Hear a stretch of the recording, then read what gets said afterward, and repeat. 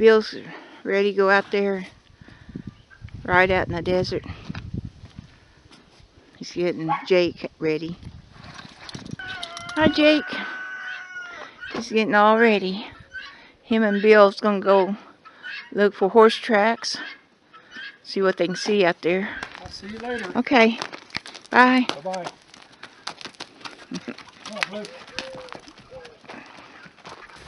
Well, I'm headed out towards the end of the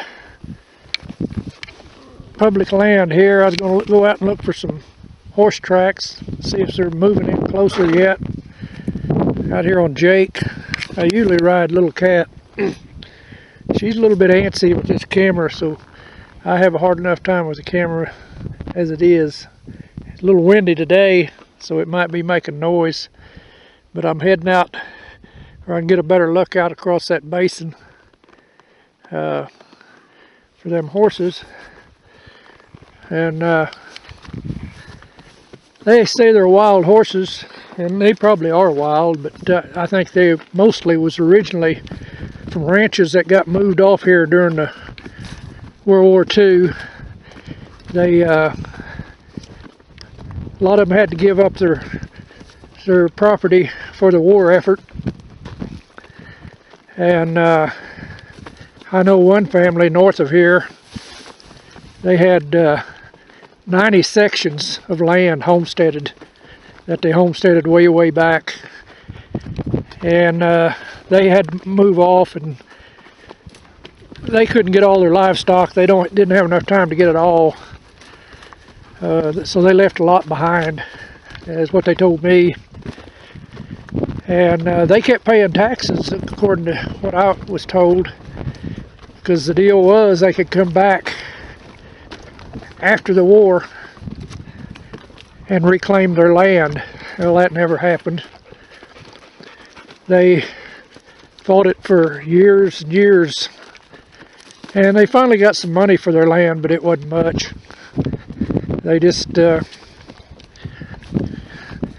lost out, I guess you'd say. But anyway, they had horses out here that they rounded up several years ago. The BLM, I believe, was in charge.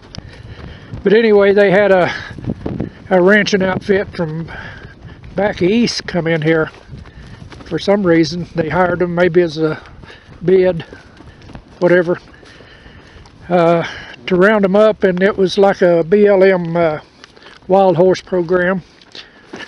And Jake keeps stepping in the holes. I'm gonna fall off here. But anyway, they rounded up about 3 semi-trailer loads of wild horses, and they took them into a town south of here to the fairgrounds.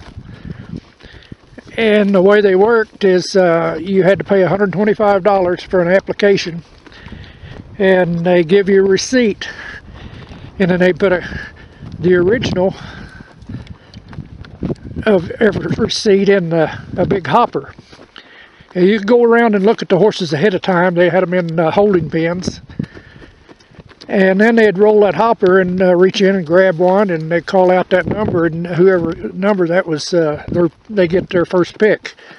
And I think they could, they were $125. There was certain restrictions. You had to have a stock trailer to haul them out, because they wouldn't hardly go in an enclosed trailer. They're pretty wild. And you had to have a corral, I believe, with a 6-foot fence to maintain them, to hold them while you worked with them, because they had to be tamed down. And then I believe the BLM would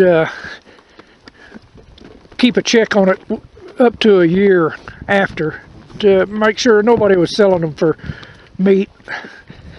A lot of people bought them. I was told they didn't get them all out there. That's a big place. I believe they used helicopters and cowboys, and they had veterinarians out there. They checked them over.